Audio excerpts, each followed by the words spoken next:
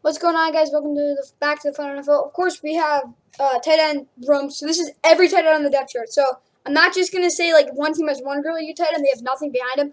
Can't give him the A. Probably will for some teams. Either way, like and subscribe. I hope you enjoy the video. Of course, Cam Newton got released. Mac Jones is their starter now. That will help them. I'll just tell you that much. Either way, like and subscribe, and I hope you enjoy the video.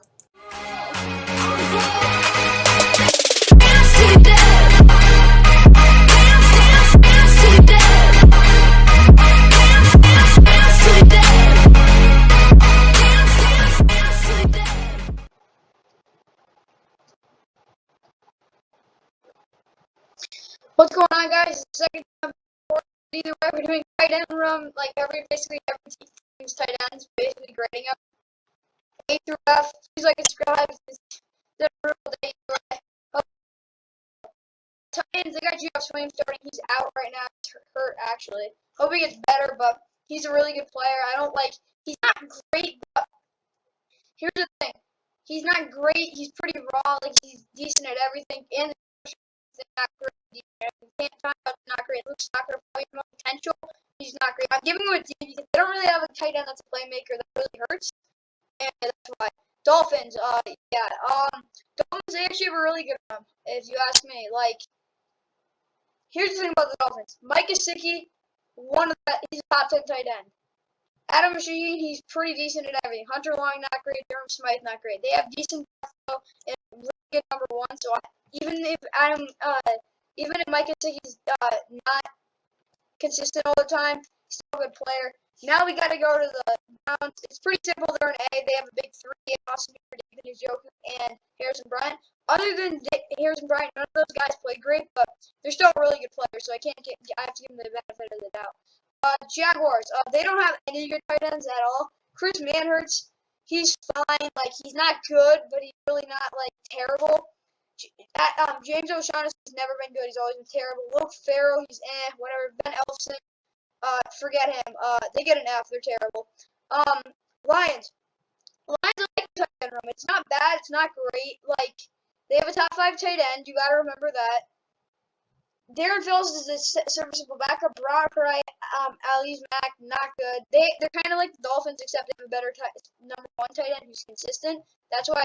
But they don't have the same depth, so I have to give them the same grade, even if they might be a little better. Vikings, Irv Smith Jr., he's fine. Taylor Conklin not great. Chris Herndon, of course, he's been a mess, but when he's down the field, he's talented. Brandon Dillon, forget about him. They're pretty much definition of average. Even if they have a good tight end, Irv Smith. I don't even talk about the Bucs. They've got the 3 best tight end. They got the best tight end room in the NFL. Gronk, of course, and maybe that same player used to be still a really good player. O.J. Howard and Cameron Brate are still solid. Next team, San Fran. San Fran's really tough to grade. They don't get an A, and here's why. If they had Jordan Reed, and if they did have Jordan Reed, I really think that would have been a dumb decision for him to keep playing. But like all of these cuts, George Kittle, Ross Dwelley, Charlie Warner are the players on the roster for the future. Like, George Kittle, of course, he's one of the best. He's top 2 tight end.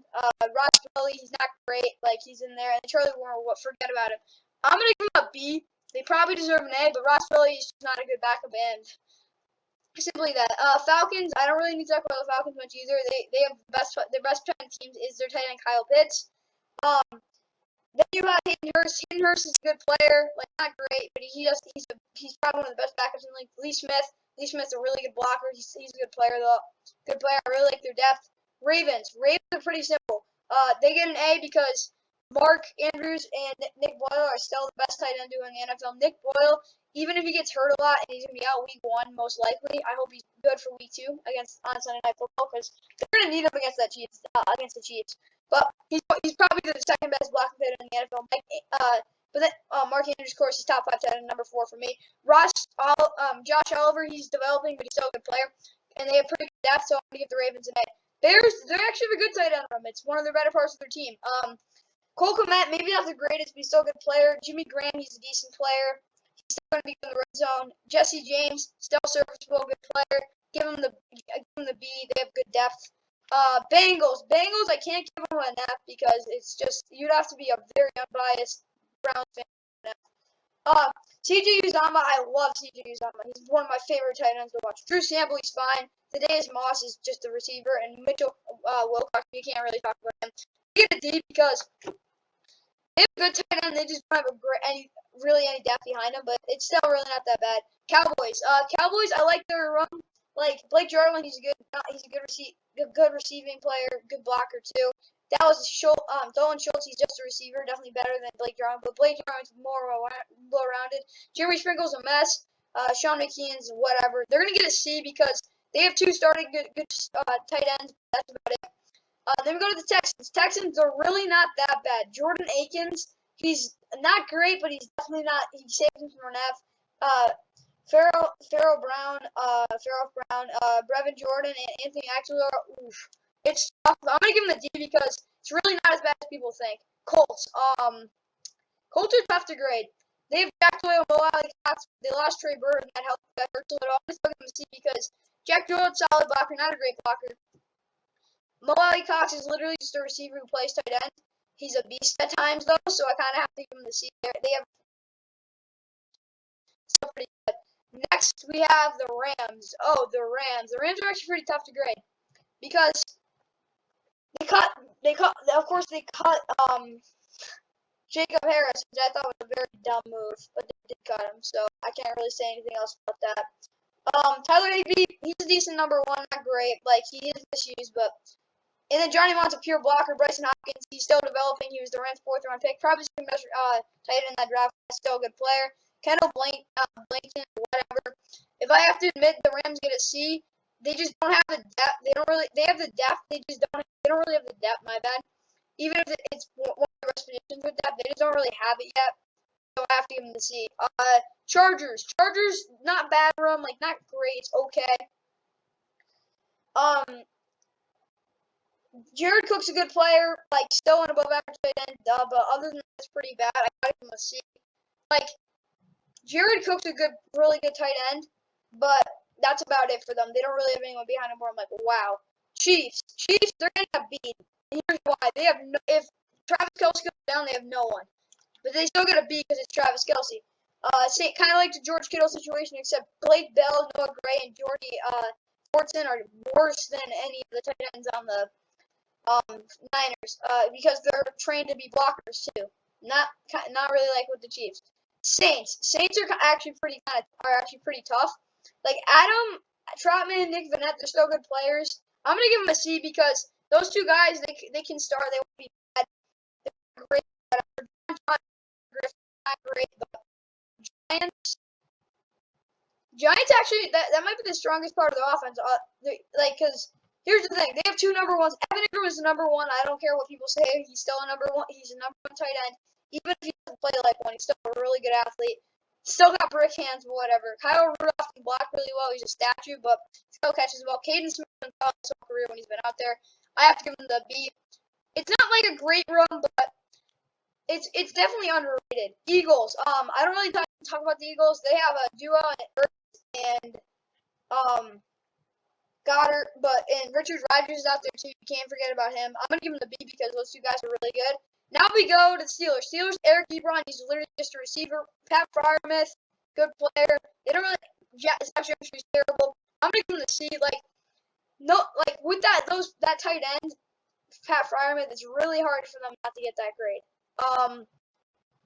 Broncos, it's actually tough to grade the Broncos because Noah Fant, Albert Okoniganam, and Eric Sauber, he's not great, but Noah Fant and Albert Okoniganam are two really good tight ends. Like Albert we didn't see a ton of him, but he didn't play bad, so I gotta give him the B. They're definitely good tight ends. Packers, Robert Tonyan, Mercedes Lewis.